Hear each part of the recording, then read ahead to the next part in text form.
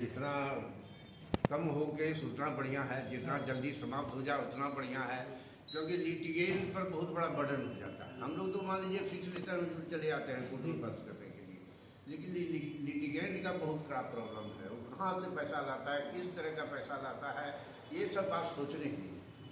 और ये पर सोच करके इट इज़ वेरी पेनफुल। हमने देखा है, कहे कि हुजूर को 52 वर्ष का मेरा एक्सपीरियंस है लीगल प्रैक्टिस का, हमने देखा है कि किस तरह मुश्किल से लोग पैसा लेकर के आते हैं वकील के पास।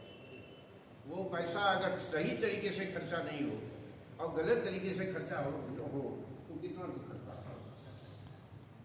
तो वही चीज़ है कि अगर हम लोग इस अभियान का अगर कुछ फ़ायदा उठा सकते हैं और लिटिगेंट को कुछ राहत दे सके, जो उनको बार बार वो आएंगे मुकदमे में, उनका खर्च होगा, तो अगर ये उससे राहत मिल जाए तो ये हम लोग भी जो है एक तरह से अपने आप को बहुत जो है कहेंगे कि हम लोग सफल रहेंगे। ये अप्रिशिएबल एक्ट है हुजूर का, और हम लोगों का साथ है कि हम लोग भी चाहते हैं कि यही चीज़ हो, जितना जल्दी उन लोगों का बर्डन खत्म हो जाए, उन लोगों का प्रॉब्लम सॉल्व हो जाए।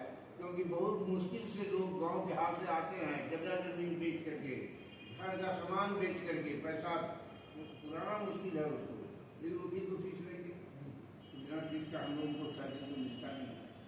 लेकिन उसमें भी बहुत कंसीडर करते हैं हम लोग, जहाँ लेना चाहिए 500 और 200 में भी काम चला लेता है। इतना बड़ा गरीब आदमी से क्या करना है।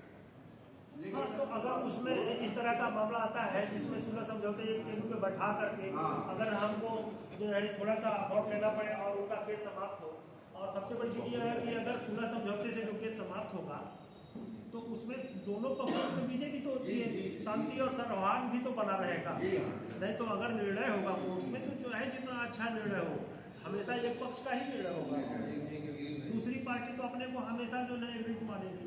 और अगर इस तरह से हम लोग बातचीत करके और एक बीच वाला रास्ता निकालेंगे तो दोनों पार्टी को राहत होगी।